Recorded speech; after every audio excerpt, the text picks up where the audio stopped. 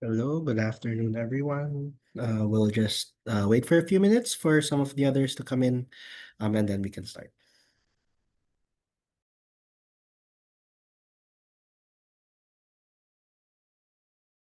Titled, Learn by the Nuggets, Question and Answers on EV Battery Recycling. This webinar will present Gaia's latest publication entitled Questions and Answers on EV Battery Recycling, and we will hear from Gaia experts who will answer key questions about what happens to EV batteries after use, the challenges of current recycling technologies, and the solutions needed for a truly circular system. We will also be learning about pyrometallurgy, hydrometallurgy, direct recycling, and Gaia's recommendations for a just and effective approach. Gaia is a global network with significant presence of members in the Asia-Pacific region with a mission to catalyze a global shift towards environmental justice by strengthening grassroots social movements that advance empowering resource conservation solutions, fight pollution, and build regenerative solutions in cities through local campaigns, shifts in policy and finance, research and communication initiatives, and movement building. We will also hear from different Gaia Asia Pacific members who have been working on EV battery end of life issues in the countries of Malaysia, China, Indonesia, and the Philippines, and explore timely, challenging, but necessary questions as the world and specifically our region here in the Asia Pacific gears up towards electrification and decarbonization of the transport sector. We will explore issues on environmental and climate justice, financing, the challenges of circularity for EV batteries and their end-of-life management in global south contexts, and the possibilities of having truly just and sustainable systems in transitioning away from our business as usual practices. I am Jeff Chua from Gaia AP, your host for today, and we will be going through this webinar together in the talk show format with speakers from Gaia presenting first, which will be followed by short presentations and reactions from our expert members from the aforementioned countries. It will be a jam-packed session, as I said, with 20 minutes from our Gaia speakers and 5 minutes each from our expert members. I will be moderating the discussion with everyone, and we will be opening the floor afterwards for questions from our audience. This webinar will be in English, and we will also be formally launching the publication after our session, which we also enjoy you to share in your wider networks later. And I am seeing a lot of people introducing in the chat, so welcome. And without further ado, I'd like to go through our speakers for today. So from Gaia, we have Dune Moon from Gaia Global, who has been working with EV batteries for quite a while now, and has been leading a lot of groundbreaking work on EV batteries for Gaia. We will also hear from Miriam Azurin, who is Deputy Director in Gaia Asia Pacific, who is currently in Italy right now for a lot of engagements with ADB, and she will be talking about the financing around EV battery recycling in the region. We will also hear from different members from the Asia Pacific. First will be Ray Panaligan, who is president of Center for Renewable Energy and Sustainable Technology, or CREST, which is a Philippine-based nonprofit organization working on climate policies, community engagement, and multi-sectoral partnership between government, civil society, the academe, and the private sector. We will also hear from Magesh Sangaralingam, who is Chief Executive of the Consumers Association of Penang, or CAP, and Honorary Secretary of Sahabat Alam Malaysia, or Friends for the Earth Malaysia. Apart from these responsibilities. It's also assisting communities affected by destructive development projects, pollution, and policies that bring about negative impacts on communities and the environment. This includes waste management issues, anti-incineration work, documentation and advocacy on plastic waste trade, and plastic pollution. And currently, CAP is conducting research on EV battery end-of-life management in Malaysia. We will also be hearing from Dwi Saung from WALHI, or Friends for the Earth Indonesia, who is an infrastructure and spatial planning campaign manager for Friends for the Earth Indonesia. and he works in the realm of energy and mining, and has been working with Walhi on these sectors for a decade already.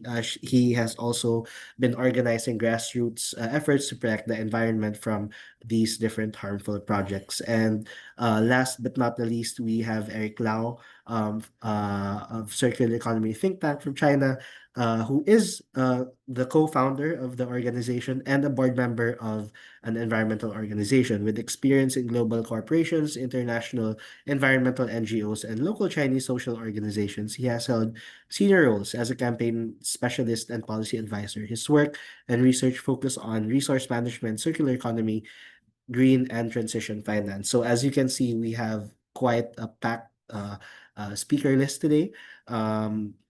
And without further ado, we can start, right? If I may pass on to our first presenter, Dune, who will be presenting the Q&A and the work of Gaia on EV battery recycling. Dune, the floor is yours. Thanks so much, Jeff. Hello, everyone. My name is Dune Moon. I do research for Gaia across different programs. Trish, can you share the slide deck for everyone on screen?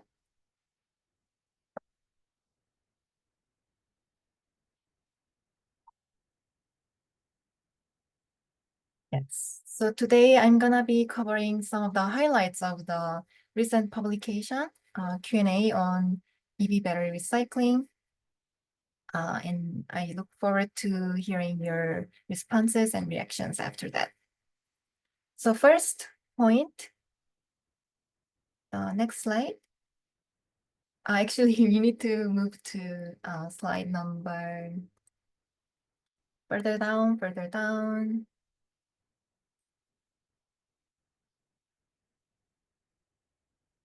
Slide number 10. Let's begin with why EV battery recycling matters. So as you all know, electrification of the transportation sector is understood as a climate solution. With that, there's a skyrocketing demand for transition minerals, and the world is already making more batteries than needed. We need to properly understand EV battery recycling because it is seen as a way to reduce mineral demand. Next slide. What is EV battery recycling and how it works? Next one. What happens to EV batteries after being removed from a vehicle? Simply put, it's not clear or it's too soon to tell. Most information about what happens to the end-of-life batteries is based on what could or what will happen in the future because most batteries are still in the vehicle and the first wave will reach their end of life by 2030. The speculation is based on data from relatively clean manufacturing scrap or home batteries used in laptops and cell phones rather than EV batteries. EV batteries still have 70% or 80% of the original capacity when they are taken out of the vehicle, and many can be repurposed for a second life, lasting another 10 plus years. But almost no data is available on how many are reused or repurposed. Next one. Let's look at the current proposed pathways. While it's challenging to find reliable information about EV battery recycling, we looked into some of the most common pathways for recycling lithium-ion batteries, which can be explained as a multi-step process, 3 steps. Let's go to the next one. In the first step, batteries are discharged, then processed by mechanical disassembly, wet and dry, shredding or crushing, solvent dissolution, ultrasonic assisted separation, and thermal treatment such as pyrolysis or calcination. This is mainly to remove impurities that are not to be recovered. The resulting output you can see here is called black mass, which contains materials classified as hazardous waste under international conventions, harmful to human health. And in step 2, black mass undergoes a process called acid leaching, also called hydrometallurgy, using huge quantities of toxic acids and solvents. Some pathways can skip the pre-treatment step, where batteries are discharged and then directly processed by smelting, an energy-intensive process similar to burning. The resulting alloy undergoes hydrometallurgy to recover only the high-value materials, such as cobalt and nickel. And the key takeaway from this diagram would be that most processes involve both thermal and solvent-based processing. It's not clear-cut. They are not all separate. They are all interconnected. Next slide has the bottom part of the diagram, which is step 3, end product preparation. This is a process where the metals are separated from the intermediate product and precursor active cathode materials are produced. Next slide has a note. One thing to note is that the terms are not uniformly defined. Many of the terms we are using here are very technical, and also they have no common agreed upon definitions. So we have sifted through the literature to craft definitions of these terms in our glossary attached to the EV recycling Q&A. For example, we use pyrometallurgy as an umbrella term describing the range of high heat thermal processing, from incineration to smelting to calcination and pyrolysis, you name it, whereas it can also be narrowly understood as battery smelting. Next slide. Let's move on to the environmental justice criteria to assess EV battery recycling. Yeah. One of the key points that we as Gaia wanted to make is that recycling is appropriate when all other uses have been exhausted. As you all might be familiar with the zero waste hierarchy already. And recycling has to be safe, which means no intense hazardous chemicals, no high heat thermal treatment, no toxic air emissions, and other byproducts. Let's move on to the next one. With that in mind, Gaia assesses lithium-ion battery recycling holistically through 5 sets of criteria: maximizing recovery of all materials and reducing the energy intensity, minimizing air, water, and toxicity hazards, mandatory manufacturer responsibility, benefit sharing for workers and communities, and lastly, safeguarding on waste experts.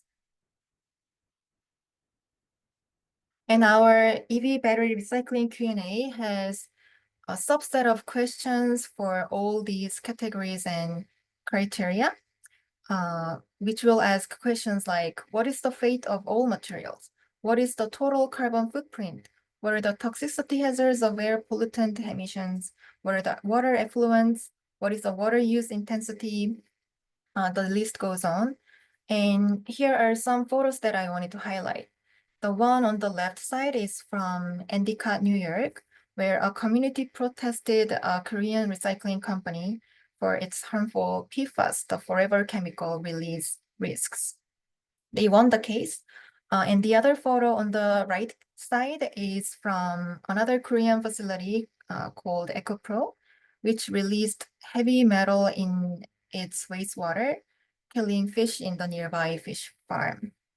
It is an ongoing case. Next slide has more details about manufacturer responsibility, benefit sharing, and waste trade. And you can see the detailed EJ criteria in our Q&A. And also these will be highlighted in my presentation for the Gaia's policy recommendations part. So let's keep moving on. Time to look at the barriers to scaling up EV battery recycling processes. Other than smelting, most of the hydrometallurgy recycling pathways are still maturing, and there are 3 big barriers as we see. First one is economic barriers. New pathways are expensive. It is cheaper to buy new lithium, graphite, and manganese than to recycle it. With the increasing market share of other types of EV batteries, such as LFP, lithium iron phosphate batteries will be even more economically challenging to recycle because they don't use high-value materials to recover. And the recycling feedstock will be highly variable and unpredictable because different manufacturers used different configurations, means of disassembly, and chemical compositions, etc., etc. Finally, hydrometallurgical pathways are very sensitive to impurities. The real-world quality of black mass can increase contamination, requiring higher chemical input ratios and resources to remove impurities than in a lab setting. It can be a lot harder. Beyond the scaling up, what are the challenges? There are many challenges that we highlight in our publication. Fire risks is one. Risks to workers is a key point, and it goes both in formal and informal sectors. Collection and transportation logistics can be also very challenging. And in some cases, the cost takes up about 40% of the recycling costs. Next one asks a question about, will EV battery recycling reduce primary mineral extraction? In order to answer this question, we need to bear in mind that for recycling to reduce primary mining, the process must produce recyclates of battery-grade material, high-quality material that can compete with primary mineral extraction for battery production. That's the premise. And for that, we need credible data.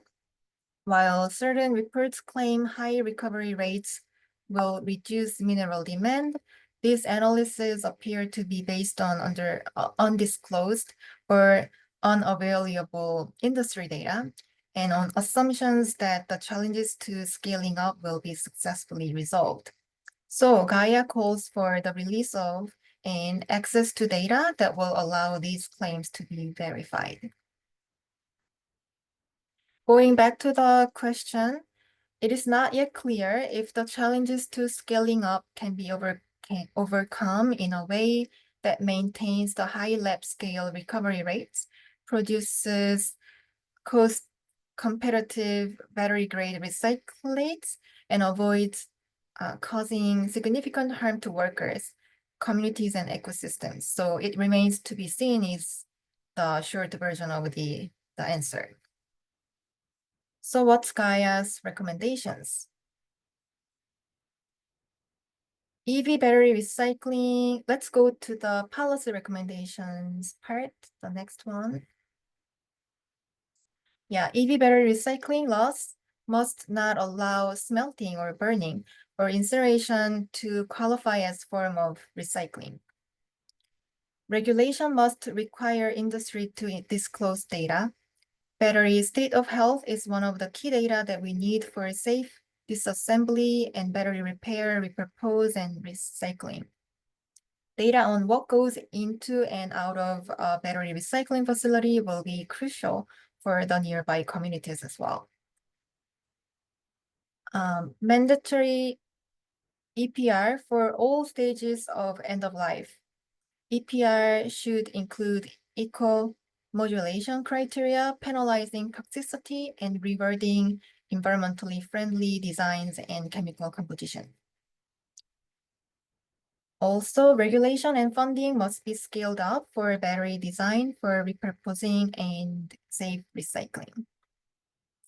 Let's go to the next slide. It has a caution graphic.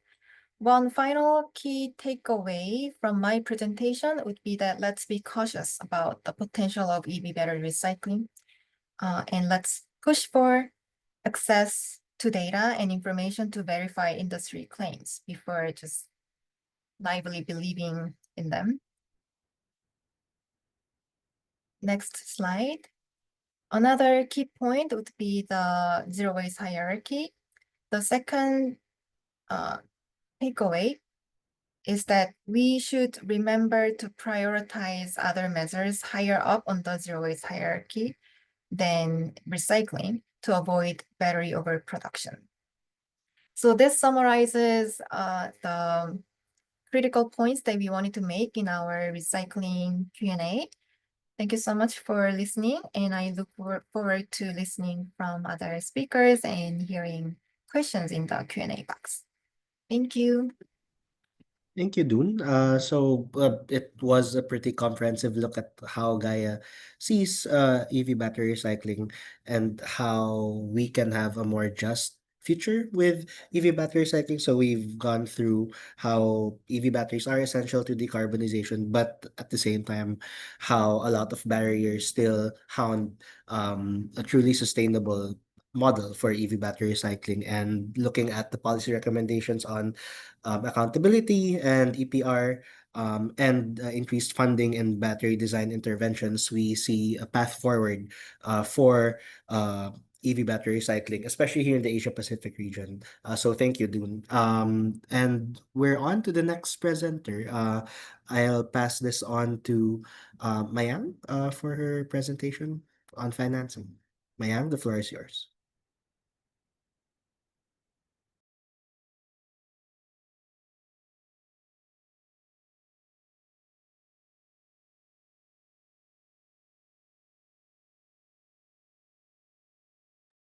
Sorry.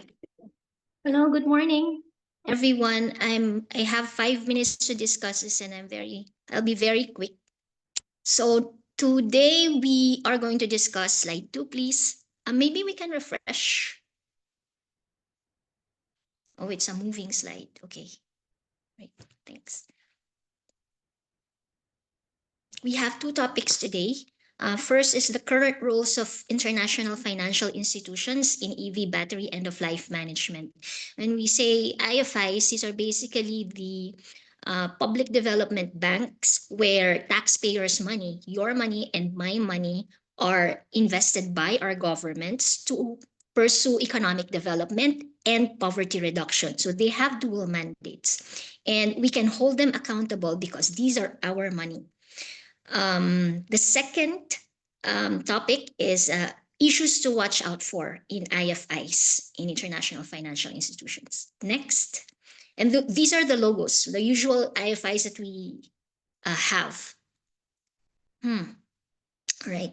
Not all things are being shown in the slide. I think some features are not there. Okay, just click. Okay, got it. So first, these public development banks, or we call them multilateral development banks, are doing major things. First, they are involved in financing, either for capital for EV battery, and most of these are with the private sector.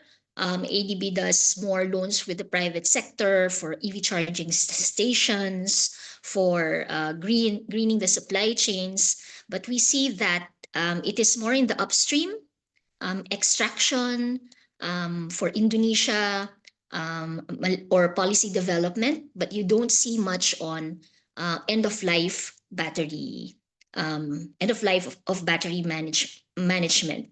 Unlike World Bank, who is involved more on issues around reuse and recycling. And you can see this because ADB is in a region where the resources are found, but in World Bank, there are more shareholders that do not have the resources. So the interest of the shareholders, the governments, are more into how to keep the minerals into their, even the secondary materials in their countries. So they also involve in technical assistance, in, for example, development of guidelines for governments on reuse and recycling system. That's for World Bank. For policy support, we have ADB doing needs assessment and road mapping, planning with governments, again without the recycling and reuse of materials, but just extraction, manufacturing, and also opportunities for investments. For World Bank, they are shaping policies needed to integrate battery storage and establish procurement practices that favor environmentally friendly technologies and recycling. And there are also solutions, um, knowledge solutions for circular economy, and multi-stakeholder consultations. So we can see that the role of IFIs are very important in the prevention of harms and shaping of policies of development, and also stopping more development for these critical minerals. So what's the first issue to watch out for? Next slide. IFIs have not been engaged in mining for a long time because there are historical conflicts with indigenous peoples and environmental advocates for a long time. But now they are leading in the narrative, the global narrative, that mining is essential. Mining is, if you want to achieve the low carbon economy, the 1.5 climate agreement, we have to mine more. So that's the narrative that they are pushing. And also before, we see them that they are saying mining is needed for critical energy, for low carbon economy, but now they're shifting the language to critical mining is important for everything, not just energy. And you have that illustration. You need it for health, you need it for digital infrastructure, agriculture, and different industries. This is to mitigate the criticism from the impacts of mining. So you have that. And now, because of this, the UN bodies have seen that the implications of human rights would have more impacts on this new policy of IFIs. And we can see Elisa Morguera, UN Special Rapporteur on Climate Change and Human Rights, saying the need for critical minerals in terms of climate meeting action is an assumption that we need to challenge. This is when we say mining for critical minerals, whose needs are we fulfilling? Is it the needs of developed country or developing countries? Next slide. Sorry. So the second issue is that they are pushing yesterday. That's the picture from the ADB meeting. There is a launch of their framework. They are leading that. They're saying that recycling, the welcome message from the private sector operations department is that recycling is the holy grail to mitigate the impact of mining. But this is debunked already by the previous publications of IFI of World Bank, for example, saying that while the recycling and reuse of minerals can play a key role to reducing emissions, mining will still be required to supply the critical minerals needed to produce these low carbon technologies, even with large future increases in recycling rates. So recycling will not save us from the impacts of unabated development of critical minerals. The question, therefore, is who consumes more? Because we say that reduction is first, then who needs to reduce more? That's the question we have to answer. And the UN report says high-income countries use 6 times more minerals and responsible for 10 times more climate impacts. So therefore, we should address those questions for reduction in high-income countries, and that this narrative ignores the reality among developing countries that the difference in recycling capacities for EV are very different.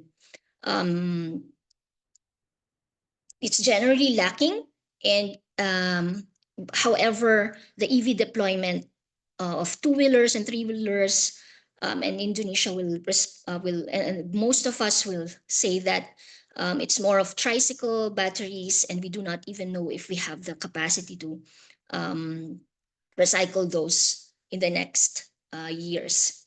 The need to improve domestic recycling is never addressed in these discussions. It's always that we are expected to collect the waste, pre-process it, and then we transport that pre-processed waste materials to other countries with capacity for recycling. And that ignores international laws on the transport of waste, of hazardous waste. Second, and I'm going faster, key issues to watch for. Second is there is IFI's aggressive road mapping and project financing are endorsing harmful disposal methods and not met with strong safeguards throughout the life cycle of clean energy technologies. What we are seeing now is that there's weak protection against reprisals, knowing that these extraction of materials are happening in countries with poor regards for human rights. There is poor participatory development processes. There's no thinking around the conduct of prior comprehensive and independent assessment of the need for critical minerals and whether there are alternatives to extraction. Now, maybe we can redesign our public transport system, not extract for minerals. And then there are no enough safeguards for what Dune has said. EPR, that's one of the core safeguards to protection. No? Polluters should be responsible. There's no battery information in policy formulation. Also, in safeguards policy of IFI's environmental impact assessment is no longer mandated. Knowing that mining is always a high risk activity, this is highly questionable. And then ensuring prevention of hazardous waste, we do not find that across the life cycle. When they're speaking about hazards, it's only about the mining, not the manufacturing, not the disposal.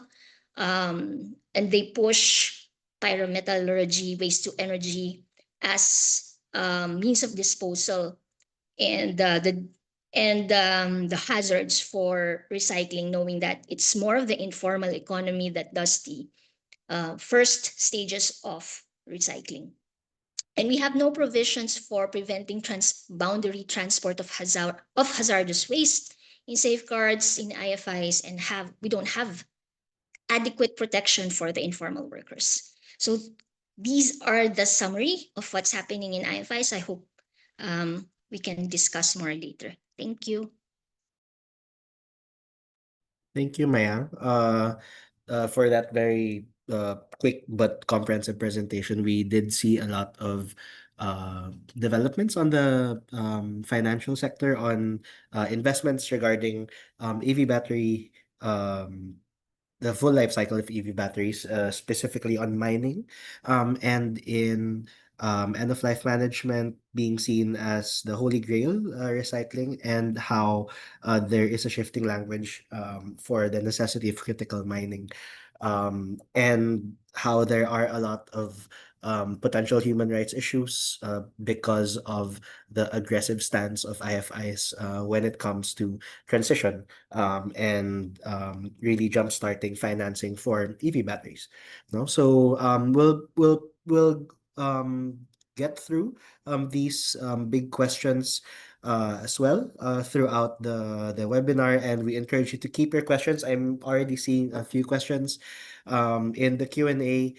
We encourage you to ask because this will be a really great opportunity to talk about these pressing issues, which will really come up in the next few years, right? So thank you to Mayang and Dune for their presentations. Now we move on to the reactions from our members. I would like to give the floor to Ray from Crest for your reaction and presentation. Ray? Yeah, thank you, Jeff. And thanks, Kaya, for inviting webinar. Yeah, thank you. Next slide, please. So I'll be sharing actually the what's happening in the Philippines in terms of the electric vehicle and of course battery recycling. In the Philippines, we already have the electric vehicle industry development act. So this is a national law that promotes, the adoption of electric vehicle, but was only passed in the 2022. So it's a very relatively new law, and the industry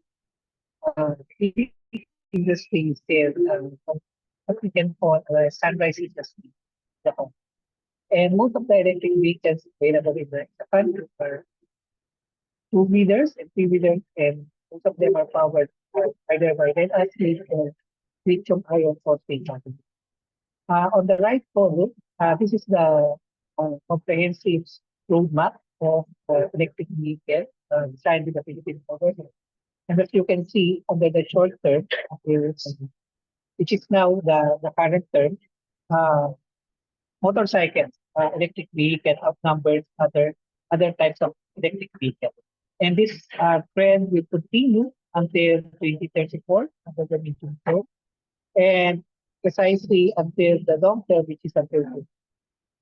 So we will see more two-wheeler, three-wheeler electric vehicles, but of course, during the medium term and long term, we will see more cars, four-wheeler type of electric vehicles.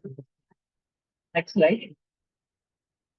So the current, this slide actually we got it from the industry during in one of our industry presentations with the electric vehicle association of the Philippines. This is the industry network on electric vehicles.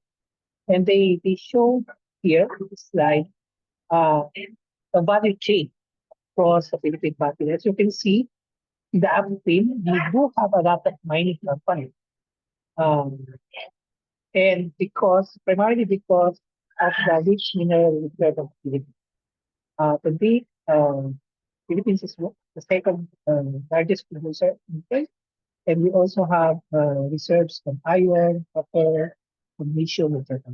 But as you can see in this value chain, we don't have any mineral processing facility in the country. So all of these extracted minerals are transported in the raw form outside the country. And in going to the next stream, we don't also have a cell manufacturing. What we do have right now in the Philippines are some startups and some companies that do the packing of these cells to be able to be used for electric vehicle. And also this includes creation of the BMS. And then we also have integration for the vehicles. And in terms of the recycling second life, we only have a very few recycling facilities. And most of these facilities actually just recover scrap metal from existing batteries. So we don't have yet this very full recycling for lithium ion batteries that entered earlier in the year.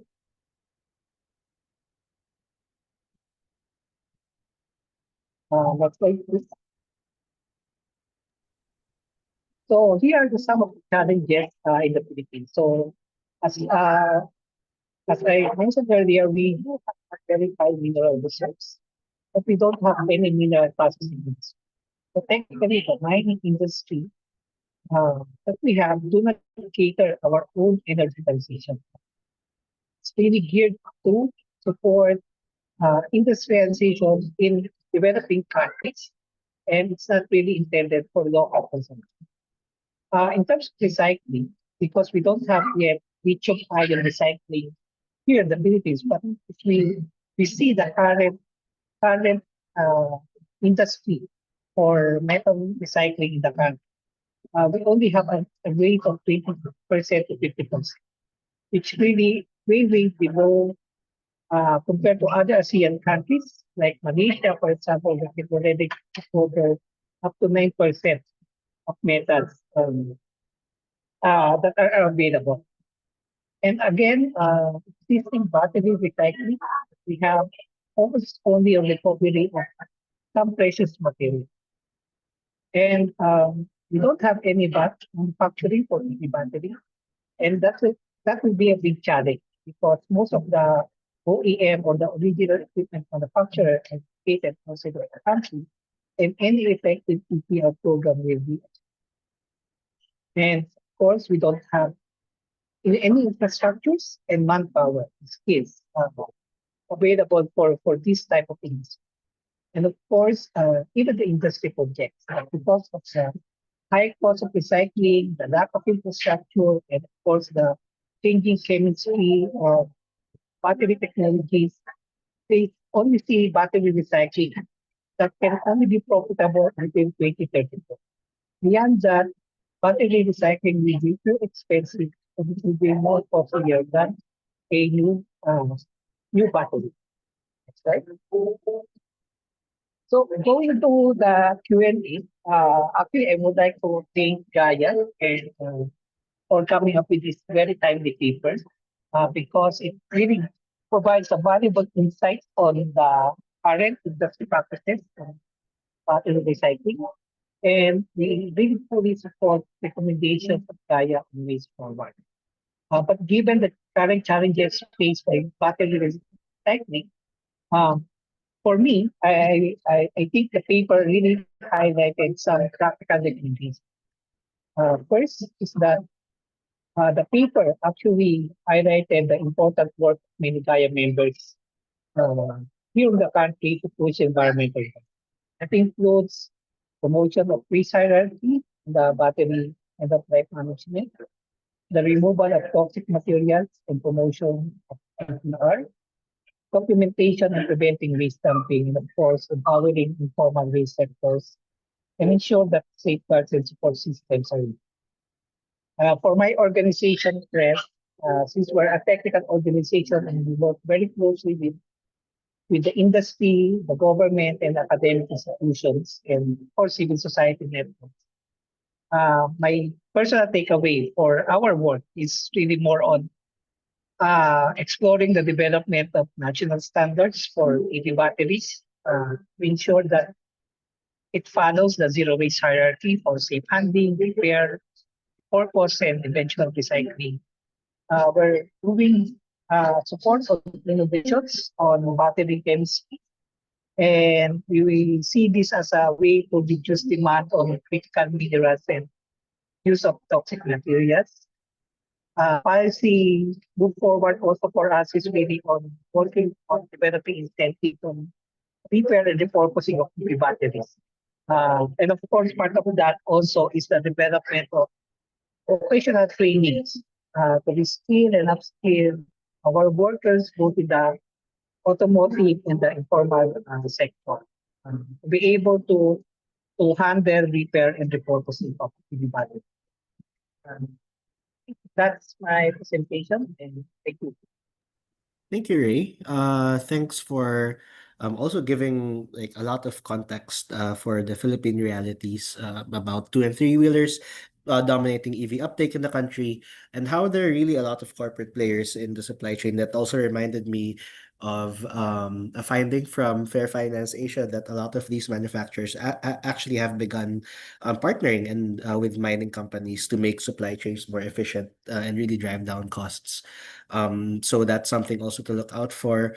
We also see that our region here is really, really high in mineral reserves, but there's no processing, and it leads to being exported, which is one of the questions actually in the Q&A, which we will be addressing later. And yeah, how repurposing is being seen by industry as potentially profitable, and how that could offset recycling in the future. So thanks for that, Ray. Now we can move to Magesh. Magesh, the floor is yours. Hi, hello everyone. So we heard Ray talking about the realities in Philippines. I will be sharing with you on what's happening in Malaysia. This is based on research done by CAP. Can you please share the screen? So in terms of EV in Malaysia, um, just as in other countries, Malaysia is also promoting electric vehicles, and it's mostly four-wheelers, and I think two-wheelers are making a move in. Um, Do we have the slides? Sorry. No, we can't see the slides. Okay, so in terms of the sales of EV, can you share the slides, Bobby? Okay, so vehicles registered by fuel type. So you can see that in terms of EV proportion is very little. In 2022, the share was 0.42%, but it had increased to 2.28% in 2024, and in the total units was 28,048 units. These are mostly cars, yeah. And in terms of public buses and all that, that's not that many, but we do have a few EV buses in Malaysia. Next, please. So in terms of the EV itself, this is one of the main thrusts of the National Energy Transition Roadmap, and the target vehicle uptake 15% by 2030 in terms of all vehicles sold, and this is targeted to rise to 80% by 2050. So imagine if it's like it does meet the target, how much of EV battery end of life that we would have to manage. Okay, next please. So in terms of the guidelines, so there was a public consultation on EV and battery management guidelines, and this is basically more for industry self-regulation. This is not binding, but this was under public consultation, and CAP also had provided some input. This also came about because of some of the issues in terms of fires, and in terms of during battery charging itself, there were some issues.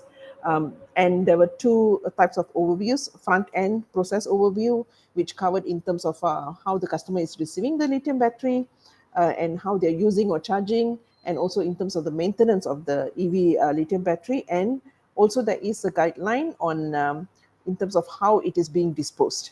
Yeah. Okay, next please.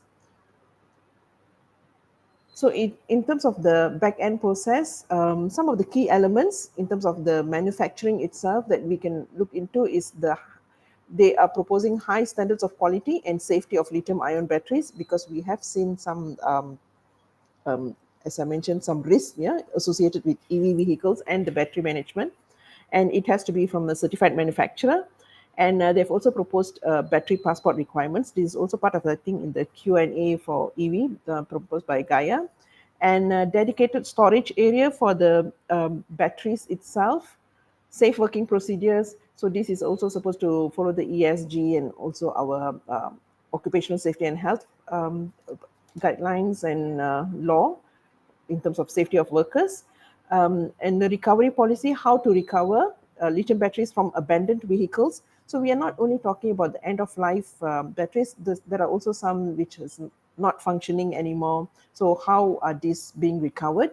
And also end of life compliance, policy compliance. Next, please. So in our guide, there is also already some thinking about what's going to happen to the EV battery end of life in Malaysia. And it is targeted that by 2050, there will be 870,000 EV battery waste, which has to be recycled. Yeah? So their target is 40,000 by 2030, 330,000 by 2040. But what we feel is that this is like kind of, some are questioning whether these are actual targets that will be met. Will there be that many EV batteries by 2050? So I will talk to you more about that in the next slide. And right now, there are two authorized treatment facilities, and these facilities manage the dismantling of non-roadworthy EVs and also battery removal. And some of the battery, because prior to having dedicated battery EV battery recycling plant, there are facilities, 4 facilities, which is registered under the Department of Environment to process this hazardous waste. This also includes other types of batteries, cadmium, nickel, mercury, and lithium. Okay, next. So as I mentioned, there is one battery recycling plant right now. There's also another one which is proposed, but we are not sure whether it was it had been completed. So this battery plant is Singapore based. they do have 2 plants in Malaysia, that is in the state of Perak, and there is also another plant in Indonesia. This is information that we received from, we got from the website of this battery recycling plant. It's called Eco Nili, and it produces black mass. It has a hydrometallurgical plant to extract valuable materials. And as I mentioned just now, we actually, in terms of the existing EVs, we do not have that many in Malaysia. So they have produced this plant which has 24,000 metric ton per annum capacity. Yeah, this is for scrap battery. And also another plant which has 12,000 metric tons per annum capacity, which feedstock is black mass. So there is not enough feedstock. So what the plant has, the company has decided to do is also they plan to secure imported battery scraps to be used in their business. So this is actually another issue that we have to look into in terms of waste trade, as Don had also mentioned just now. So there are plans to bring in waste from probably EU to be recycled here in Malaysia. Next, please. So this is issues across the life cycle of EVs. It's not only in Malaysia, but also other issues in terms of the upstream, high material demand and consumption. And in Malaysia, we do not have mining of lithium, cobalt, nickel, iron. There is bauxite, but it's kind of, right now it's kind of restricted. But what we do see is a lot of mining for non-radioactive rare earth elements. So in terms of the pollution from this mining and all that, most of us are not aware. And in terms of rare earth mining, there is also some incidents of illegal mining in Malaysia. Yeah. Okay, so in terms of the midstream itself, yeah, so we are saying, okay, we are moving into like just energy transition, trying to move into solar power and all that. But some of the countries, we do not have in terms of the solar power itself. Yeah, so EVs still require significant power, and depending on which country, this electricity is generated from fossil fuel or nuclear reactors. Yeah? So there are still some issues that we have to look into, the not only the supply chain but also in terms of the midstream itself. And another issue is different EVs use different type of batteries. It's not like standardized batteries like what we have in terms of the smaller batteries like AAA batteries and all the other types. So these are not standardized. So this also reduces efficiency in terms and complicates logistics.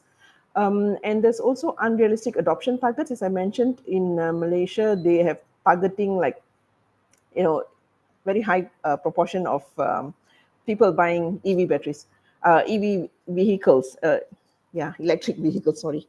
So is it actually would happen or not, in terms of the targets? And what is going to happen to the cars that we already own, the ones that are being, the internal combustion engine vehicles? Are people going to sell their still 4-year-old cars and buy an EV or just store it? And so this is also an issue.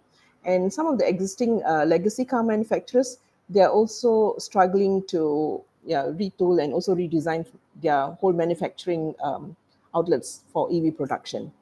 So in terms of downstream, end of life and also disposal, as I mentioned earlier, there's the overcapacity of the lithium-ion battery recycling plant in Malaysia. What they are doing now is also accepting solar panels for recycling because they cannot get enough feedstock of lithium-ion batteries. So that is happening. And as I mentioned, there is also plans to import used EV batteries, so lithium-ion batteries into Malaysia. And so we would have to suffer the consequences. Again, just like in terms of plastic waste trade, now this would be battery waste trade.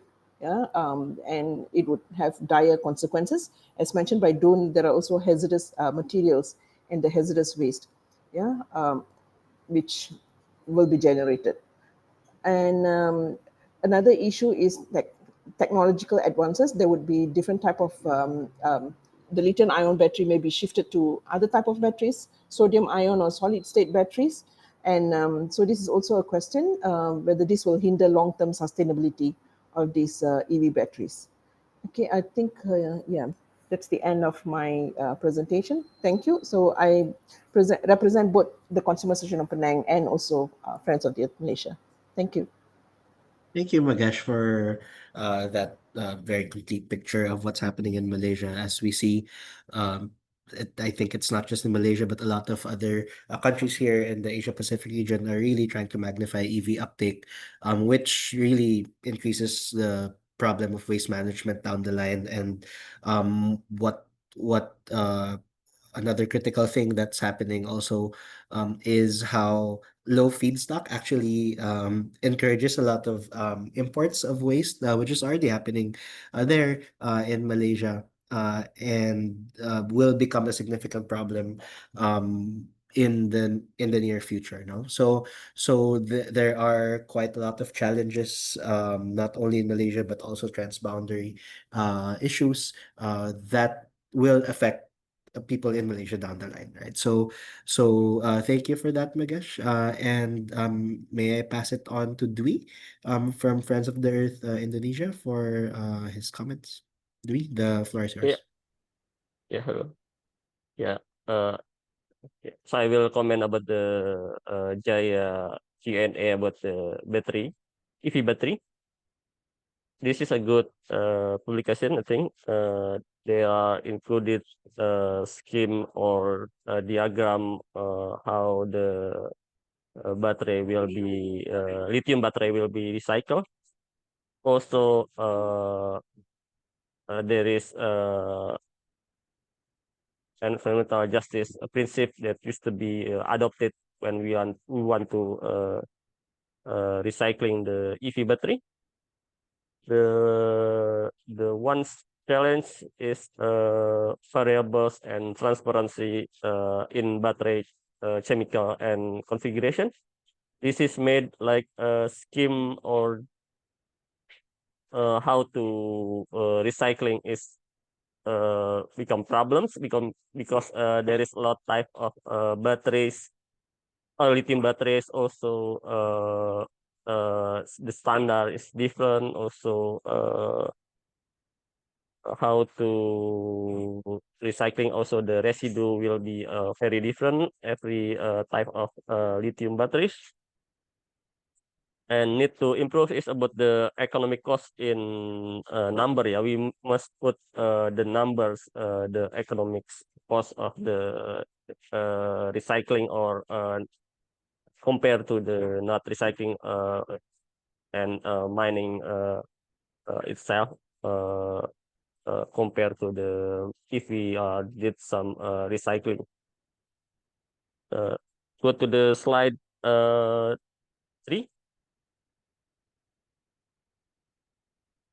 Yeah. But battery recycling in Indonesia, we are in the past have a lot of lead battery recycling with acid battery.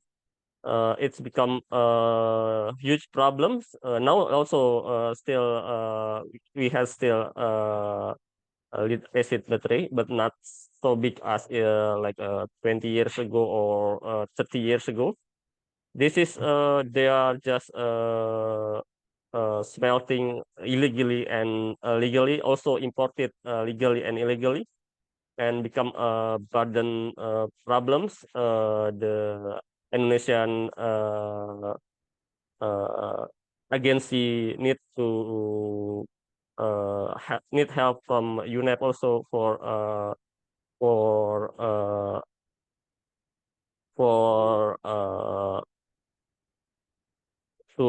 to tackle the problems that are already in that I said in Cinangka village, also in Tangerang district also. Also there is illegal also legal smelter. The emission from the legal smelter also not good monitorings or good practice there. So it's still become a problem. Also, the import ones become the problem also. That I already mentioned, yeah. The waste imported or used battery imported. Now there is no full used battery, but they are in the part of the battery only lead from used battery that imported. Also, it's from local also. And for the lithium battery, we are still under construction. This is the company is PT AKR. The capacity 3,000 tons per year. Will be operated in the end of this year. They're only processing lithium phosphate battery and lithium nickels battery types. So only two types. And there are like a corporation with one of the motorcycle electric motorcycle company. We still don't have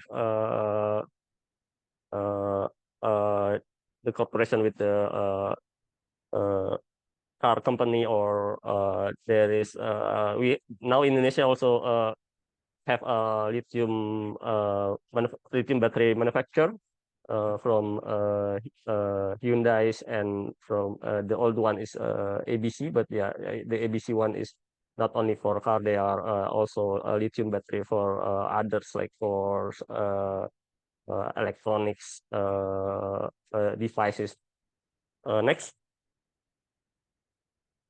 this is EV sales in Indonesia. From the car, if we see the car only few, yeah, only increasing last 2 years, but also the growth is not so big. This is the growth. This if you see 2022 and 2023, they are like increasing. It's because of the policy. The government giving some tax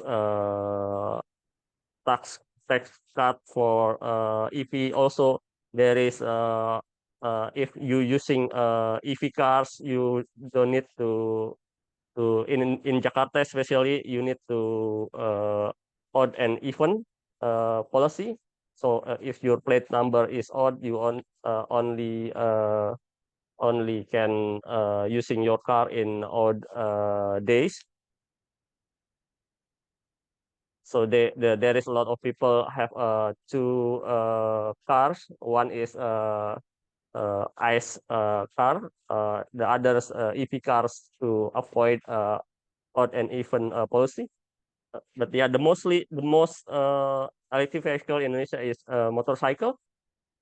There are also subsidies for motorcycle, but the price is still too high. Now most of the motorcycle is using for rented bike, like in South Asia. You already know the Grab motorcycle. I think in Philippines also have, in Thailand also. There is a lot of that's online motorcycle rents. Now they are not own their motorcycle, but they rent the motorcycle, usually like from 15,000 rupiah per day until 100,000 rupiah per day. So they are rented the motorcycle, not own the motorcycle, electric motorcycle. Next. Yeah, this is hazardous waste that will be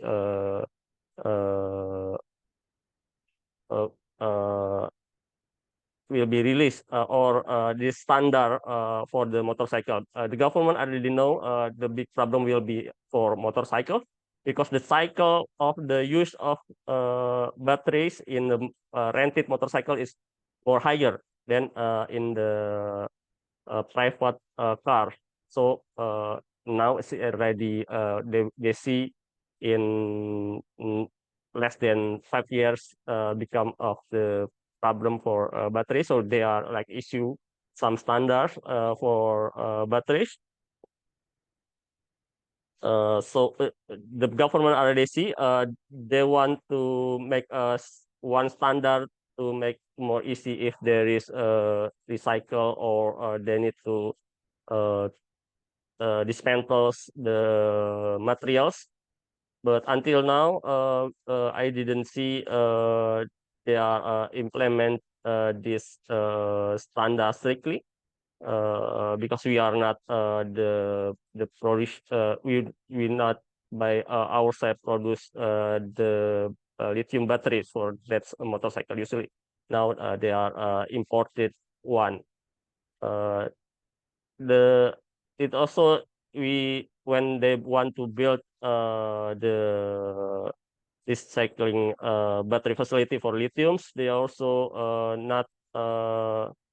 not sure how to transport the battery safely, because until now it cannot be solved. Yeah, how to transport it safely between one point.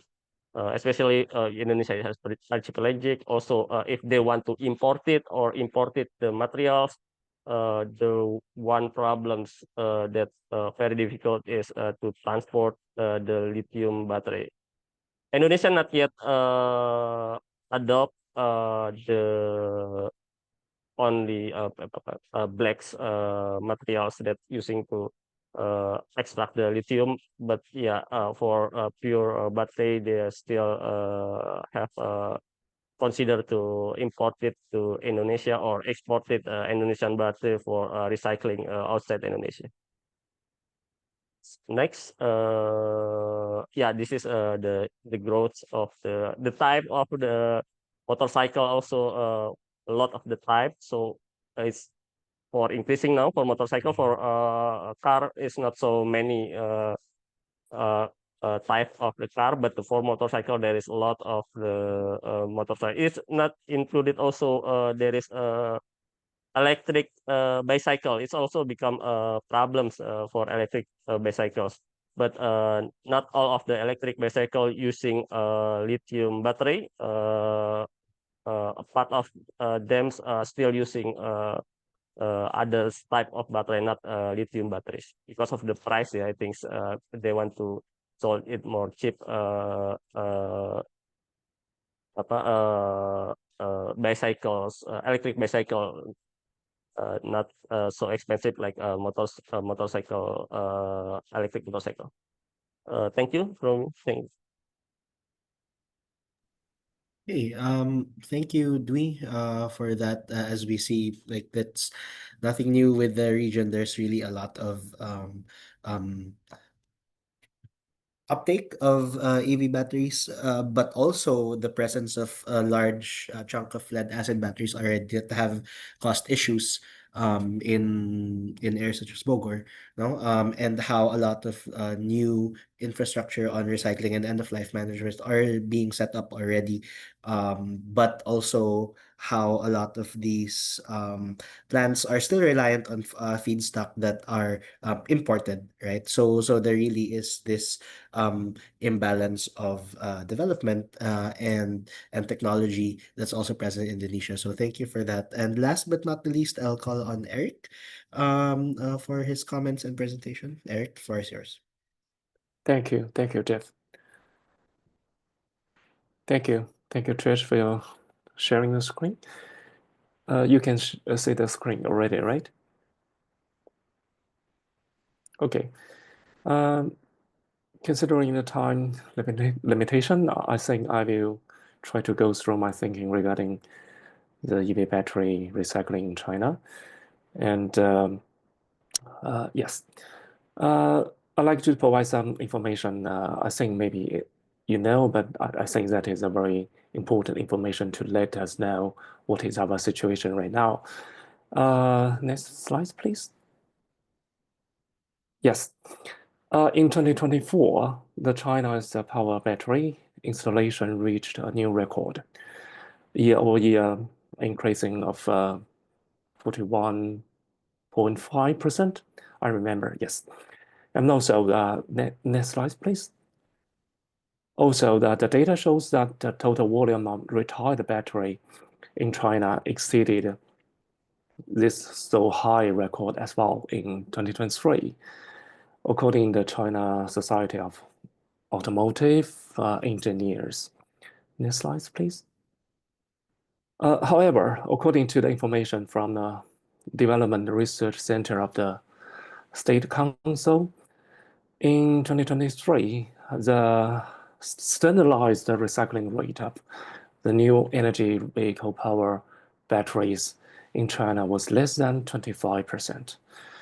So I have to say it is a very simple but fundamentally problem that is a very pretty low recycling rate in China so far.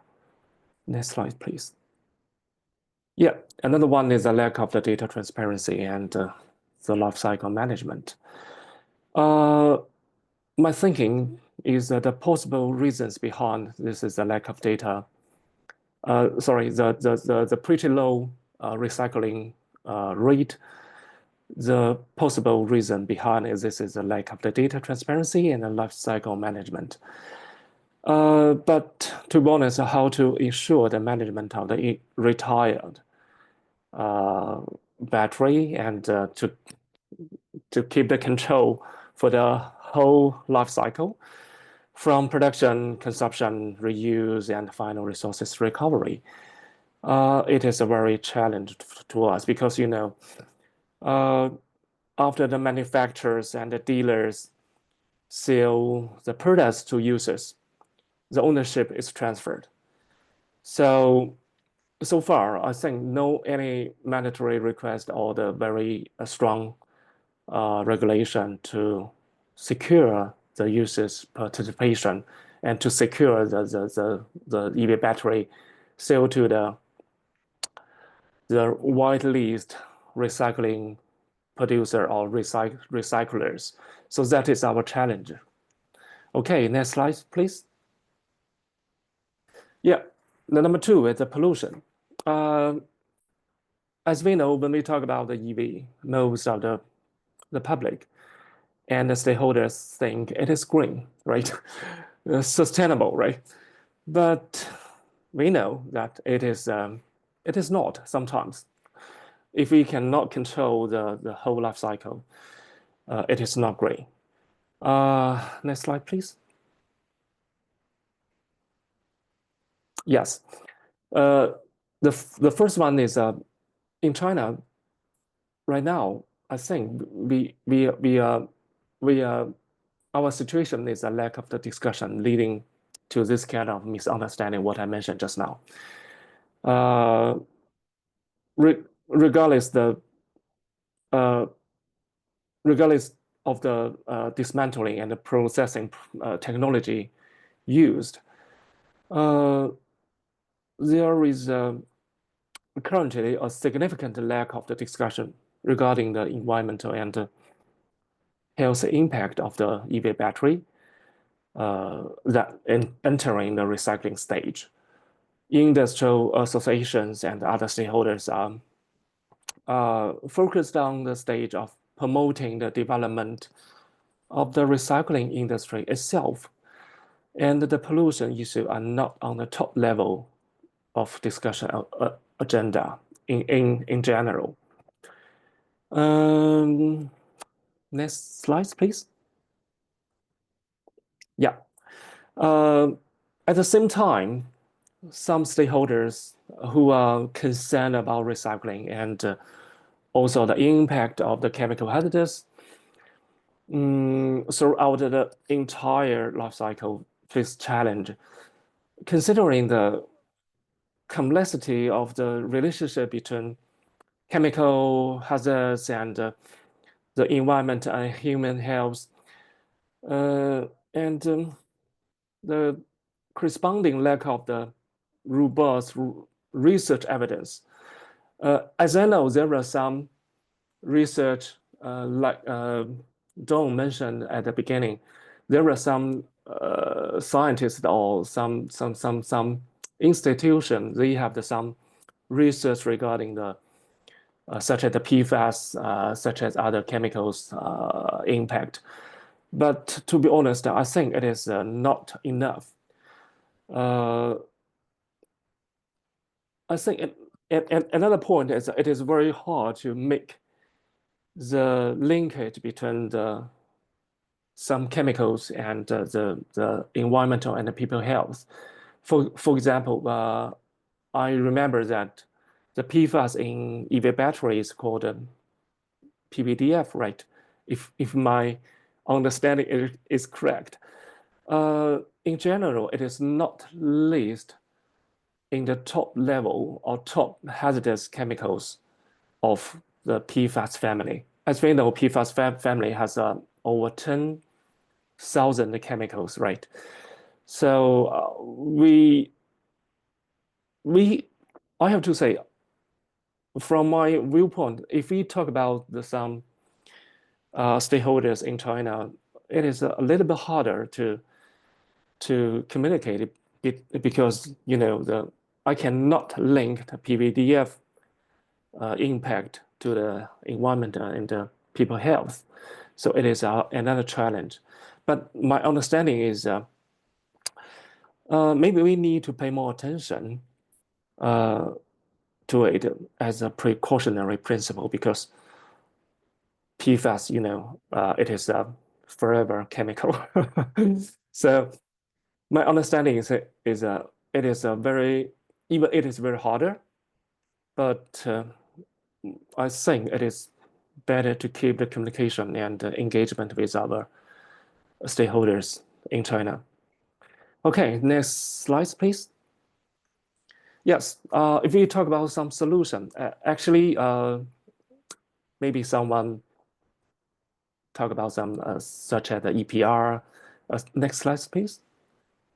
Yeah, EPR and such as a battery passport, etc., etc.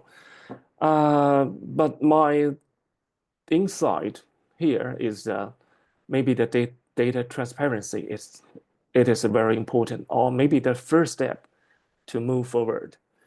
Okay, next step, please. Yeah, another challenge regarding what I mentioned, the number 2 challenge, what I mentioned just now. The solid evidence, or we need more research and evidence-based argument or research or the report to set up the strong debate with our stakeholders in China. And as I mentioned just now, the communication and engagement continuously. Yes. So yeah, blah, blah, blah.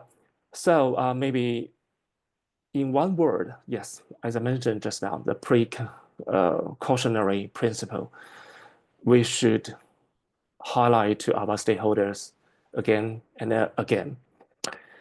I think that is what I want to say today.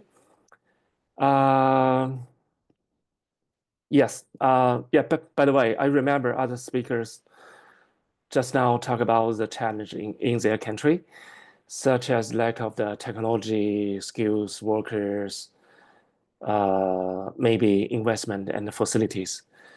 Actually, we have a similar discussion during BRS Corps these days. I think it is our potential action or potential project to enhance the communication between different countries, to link the useful information and maybe promote a sustainable cooperation. Yeah, thank you. Thank you, Jeff. Thank you, Eric, for that presentation. It really wraps up the discussion quite well, because I think if there is something that can be traced to like a lot of the problems that we encounter in end of life management issues for EV recycling, it's really the lack of applying that precautionary principle. And I think that's also connected to how a lot of these companies really choose profit and proprietorship as higher values over everything else, over the safety of the environment, of not thinking about social risks, right? And I think we can start with that question, and I think this we can open this question to a lot to our speakers right now. Before we go into the Q&A um, uh, page in the chat function, I did see some questions already being addressed. But yeah, I wanted to ask since there's really a lot of talk of solutions in this webinar, and how EV battery recycling like actually occupies a sort of like gray area for a lot of people, because we think recycling might be good to recover critical minerals, but at the same time there's so many risks, right? And As I said, the precautionary principle, as what Eric said, is probably something that's not applied as much, right? So I guess it's a question for everyone here. What kind of solution do you think with EV battery end of life management that really strongly applies the precautionary principle? Maybe anyone can answer from our panel of speakers. What do you think is a good solution to this perceived failure to apply?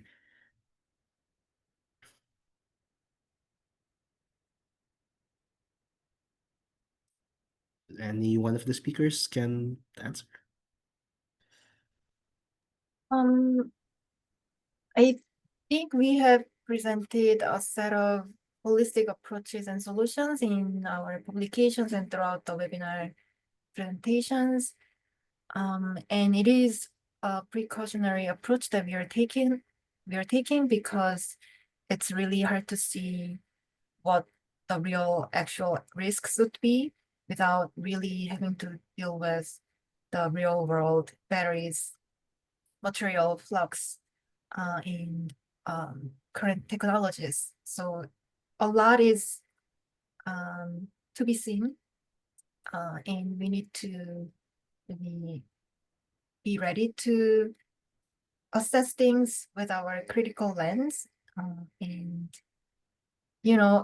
there are lots of solutions that we need to apply from the philosophical level to like practical level. And I think some of them can address some of the Q&A questions in the Q&A box. So for example, Eric has nicely responded to this question about if EV batteries are really harmful for the workers, then what do we do with these batteries? So I was gonna put on answer similar to what Eric put, which is that there are safety measures that we can apply for workers' safety, but on a more profound level, we should really rethink how the batteries are made and designed in the first place, right? And then we should rethink how we should reduce the demand, not just rushing into making more batteries for, in the name of combating climate change. So we have tried our best to document every solution that we think could work in our zero waste hierarchy for EV batteries and the EV battery recycling Q&A, which Jeff will share after the conversation. Thank you, Dune. I think that also connects to a bigger and broader question on the sustainability of EV recycling in terms of its carbon footprint. It's being marketed a lot as one of the solutions to circularity with EV battery recycling, but and this is a question in the Q&A part. What is the carbon footprint of EV battery recycling, and how will it potentially affect or offset or not offset for that matter a lot of the climate targets that are set by countries?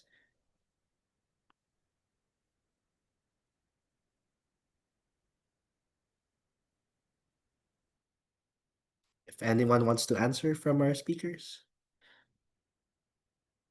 what is the carbon footprint of EV battery recycling? So I don't really have an answer in terms of the actual carbon footprint, but to truly achieve sustainability, we need to have a holistic approach. As Dune had also mentioned, we should prioritize reducing dependency on private vehicles. This is through improving public transport systems. Yeah, and also investing in battery technologies with lower environmental and ethical costs. Yeah, so we would need to look into those kind of technologies. So without addressing these issues, yeah, these are the systemic issues, the widespread adoption of EV and also EV lithium-ion batteries, it risks shifting, shifting the environmental burden rather than eliminating them. Yeah, so we are bringing a lot of other issues, environmental issues, rather than eliminating those issues.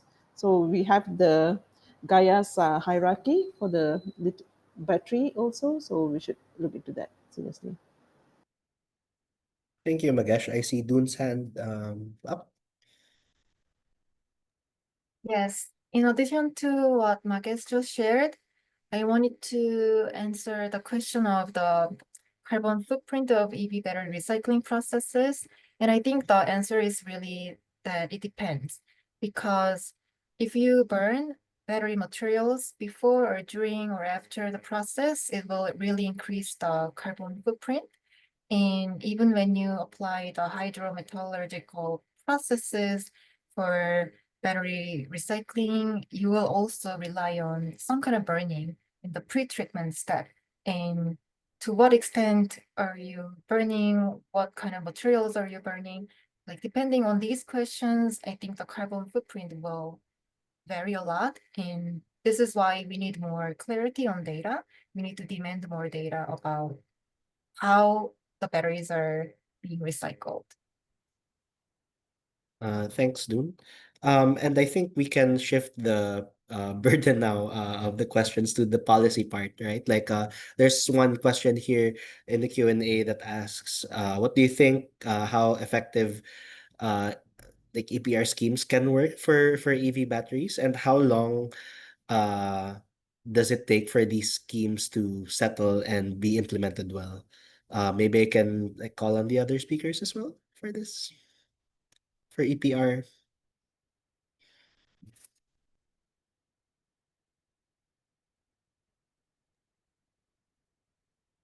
Okay, I see Eric's hand.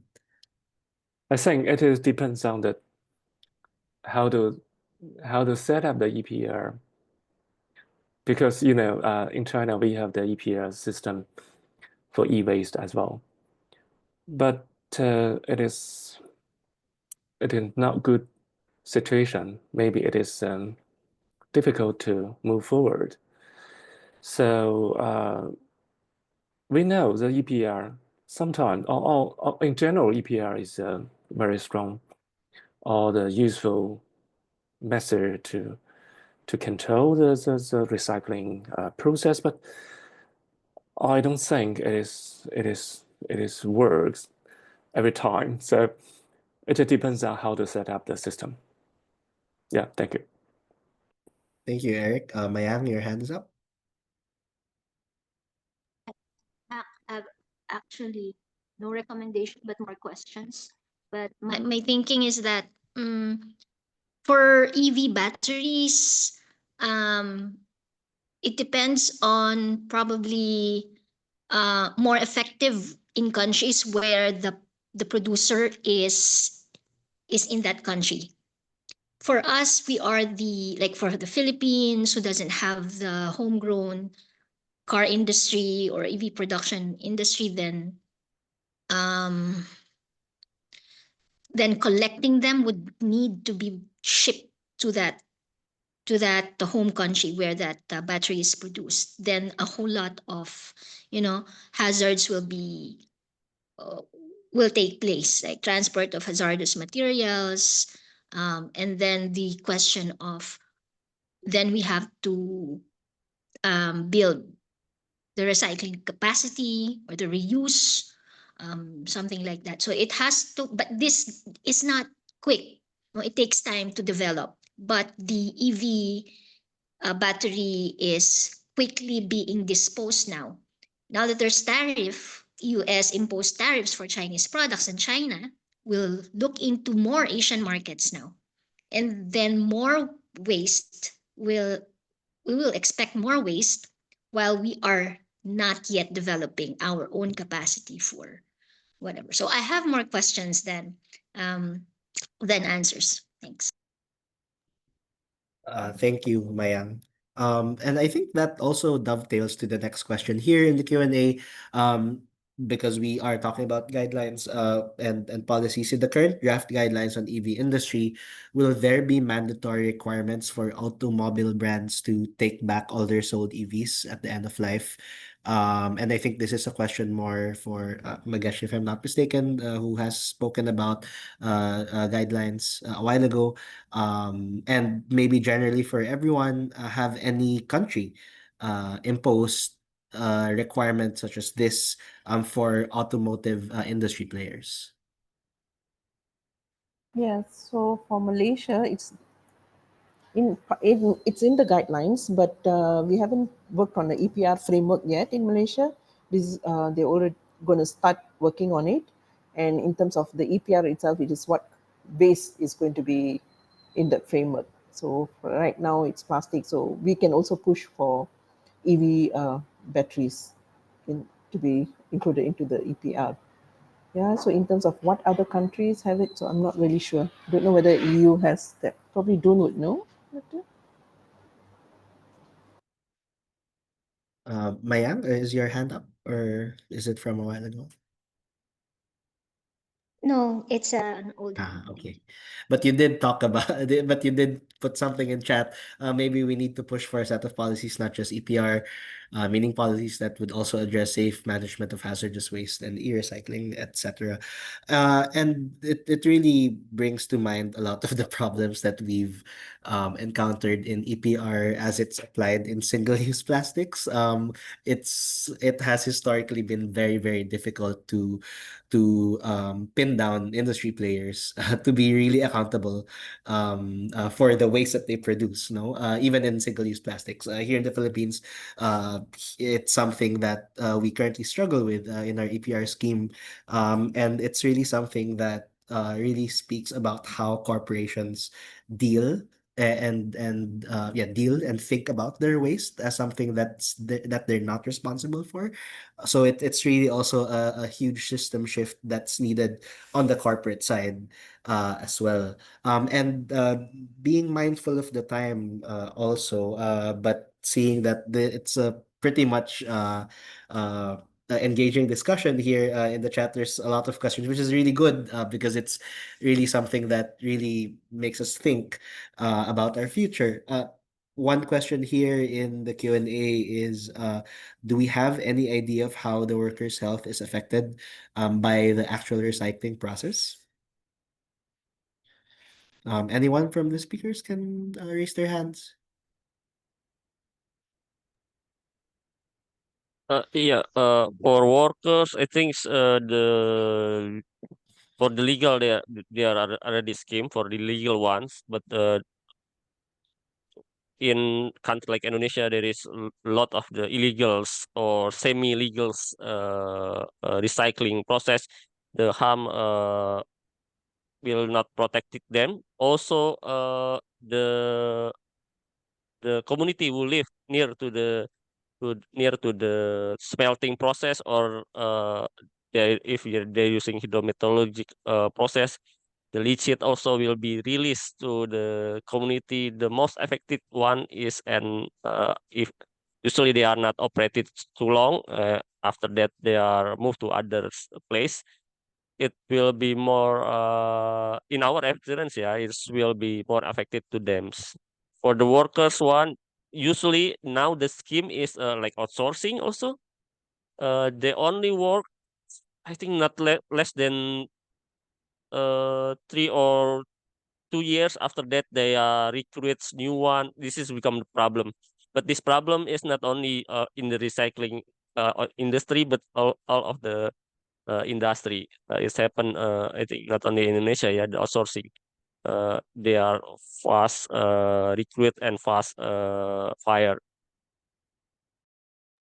Thank you for that, Dewey. Mayang?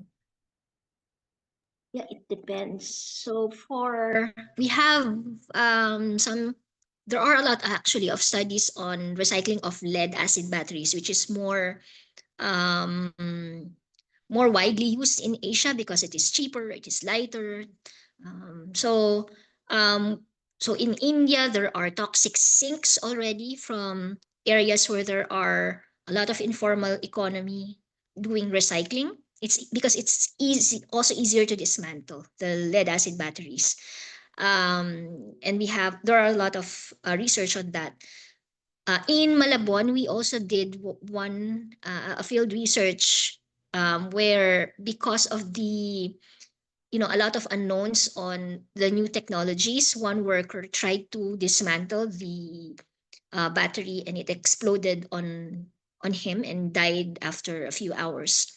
But for lithium-ion batteries, there's less recycling happening, like 5% of lithium-ion batteries, unlike lead-acid batteries. We still have to understand how, and lithium-ion batteries are not happening widely in the region. So it's mostly we are engaged in collection. So that is still a study, an area that we need to study. But what we know is that there are no safeguards. Workers in our research in Malabon, they do not know how to dismantle or how to recycle the contents in lithium-ion batteries. So they just keep it there and wait for the municipal government to collect it. We do not know where they are being sent. Is it in incineration? Is it in somewhere shipped? We do not know that. Which also calls to mind what Eric said a while ago about transparency, because a lot of these collection um, companies on these e-wastes refuse any kind of information giving. Probably because proprietorship, competition, we don't know, right? But at the same time, it's really a persistent problem, and how transparency issues can also prop up even in the informal sector, and how that produces a lot of problems.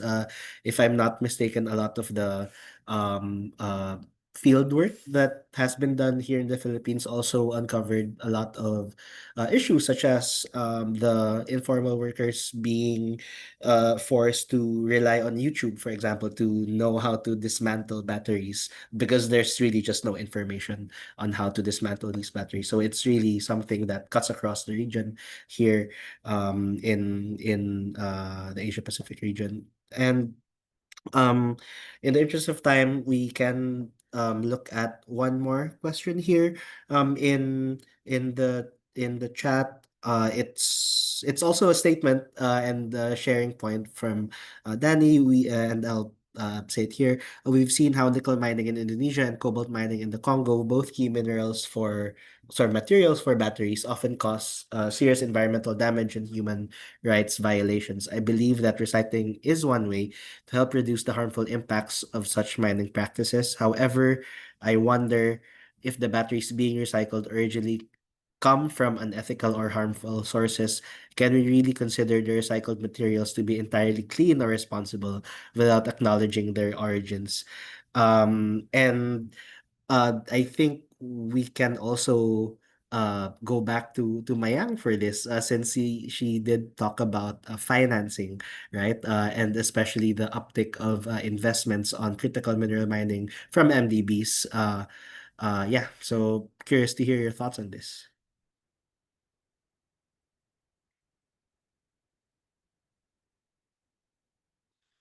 Or anyone for that It's matter. not related to IFIs. I think Dune is the best person to answer this. If it's harmful, can we consider it clean, the recycling process? It's like plastic recycling. We see the same narrative in plastic recycling. Used to be plastic recycling is preferred. That was 2 decades ago, when we do not know, there was no science about the unsafe practices or the toxic chemicals that comes from plastic recycling and the new technologies, so-called safe technologies. But now we know it, and I will also say the precautionary principle. Now that we know it, we shouldn't do this. We know that already know that burning electric materials with hazardous content would be harmful. So why do we do this? So the answer for me, the quick answer is no. If it comes from unsafe recycling practices, then it shouldn't be supported by public finance or any kind of money for that matter. Thank And So yeah, just Dun? quickly on that, I'm with you, Mayank. And I think it connects to the question of whether there's such thing as ethical mining or sustainable mining or even sustainable consumption. So it's a tough question to answer. And in any case, I don't think recycling should be used to justify more consumption and more mining. And that's the bottom line that we have as Gaia as well. Okay. Thanks, Dun. And I've been alerted. Oh, well, I've been alerted. There's one participant that has raised their hand, Yunmei Wong. So yeah, if you have any question to the panelists. Yes, thank you very much for this discussion. I have questions related to the presentations from the speaker from China. Would you mind to further explain when you mentioned the precautionary principles underpinning Paris Agreement failed to be applied in China because there was no direct evidence found between the harm and the pollution. So is this also universal? And is it stated in the Paris Agreement itself under for precautionary principle? If there's no direct evidence being collected, this is not applicable. I got a bit confused. Number two is about EPR. As China is a main producer of EV vehicles in this region, I'm from Malaysia. I wonder whether EPR in China also cover their operations overseas, such as in Malaysia. This is related to what Mayank had mentioned about overseas operations and sales. And Margus has mentioned in Malaysia, the guidelines is self-regulations. I wonder maybe all the panel speakers, if you have something to say about whether EPR is a self-regulations within your own country or how EPR can be mandatory within the public regulatory system, and whether government are mandated to provide infrastructures and facilities to handle EV waste. Whether is EV battery waste only subsumed under e-waste management, or EV battery waste have a separate waste disposal and waste management system under EPR? Thank you. Thank you. Thank you for your question. The number one is regarding the precautionary principle. I think it is very hard to answer because I am not a person from the government. But my thinking and my information, I think, to be honest, I think that is the lack of the attention regarding the precautionary principle in our country. So I don't think it is very enough to understand and to have the same understanding for all of the other stakeholders right now. The number two is EPR, right? If I remember correctly. Okay. My understanding is I don't think it is covered. So maybe it is our, as I mentioned during my presentation, I think that is our possibility or opportunity to enhance the communication with each other, how to set up the communication and how to set up the cooperation to secure the products and how being recycled after the end of life. So if I answer your question, so I'm sorry. Yes, thank you. Anyone from our other speakers would like to address the questions? Magesh? Yeah, as I mentioned earlier, EPR right now in Malaysia is voluntary, but then the government is also aiming to transition to mandatory EPR. But as I mentioned also, we are not sure what are the ways that are going to be under the EPR. So we would have to push for other types of ways, including these EV vehicle batteries and EVs. Yeah. Thank you. Ray? Yeah, thank you for the question. For the Philippines, we don't have EPR there yet for batteries for Philippines for the, but there are some voluntary programs implemented by some of the state players. But again, there are a lot of issues also. So even though we still have the funds, but because most of the equipment are imported and the OEM, OEM, or the media equipment manufacturer residing outside of the country, and we don't have any recycling infrastructure. So any EPR goes mandatory. We still reside in our so yeah, as Mayang mentioned, I think this is basically protocol to be discussed as early as now. But of course, setting up everything, including infrastructure, will not happen over. Thank you.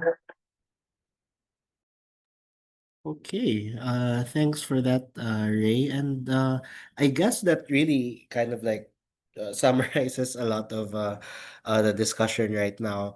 Like in this afternoon, in this webinar, how a lot of the um, most critical questions are still in the dark, precisely because of a lot of opacity from industry, from governments, and also from the lack of understanding on how exactly these EV batteries are to be processed after their end of life. No, so this is something that Gaia and also a lot of the Gaia members are really investing a lot of time and effort to understand, so that we will be able to um, uh, propose strong and viable solutions once the problem really shows its head. And on that note, I think it would be a great time to show our participants the Q&A document. Can we flash the screen for that?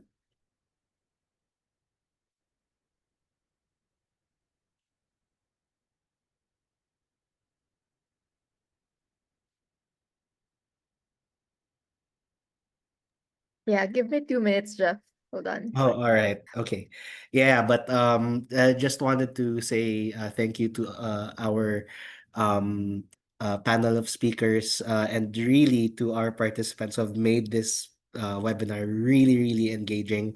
And we would really like to share a lot of the information materials that we have created in the past year and a half. And if I can direct you to this QR code, it will lead you to the Q&A document that Dune has presented a while ago.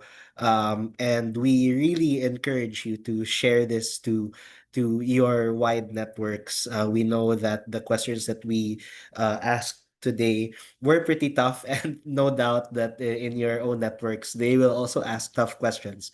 And it is our hope that we are able to answer some of them, and at least give a bit of critical lens in these questions. No, so if you can scan this QR code, it will lead you directly to the document. And also looking at the other materials in the Gaia website, we have a lot of info sheets on repurposing, and Second Life, on waste colonialism, on logistics, no, and even the basics of EV batteries. So this is really something that we would like to share to everyone in this webinar, and really to help us prepare, no, for the issues that will come up in the next few years, and really how to have a lot of that critical lens in relation to these issues.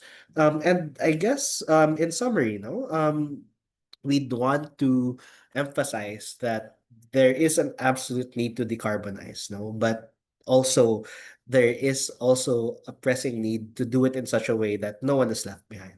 No, and EV battery recycling reveals key issues that are really easy to overlook because of that aggressive push for decarbonization. So we want policies that reflect circular and zero waste approaches. There is a need to design for repairability and repurposing, but also democratizing information on batteries and the connections of the different players in the industry. We have seen that safeguards are absolutely essential in especially in investments for EV batteries in the whole life cycle of it.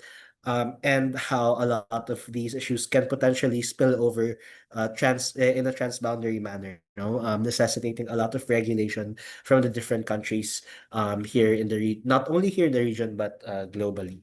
No, so I think that really wrap up everything for this webinar, and this really wouldn't have been a success without our panel of speakers. So thank you everyone for this, and of course for our really engaging audience for this webinar. So thank you and may you have a pleasant afternoon.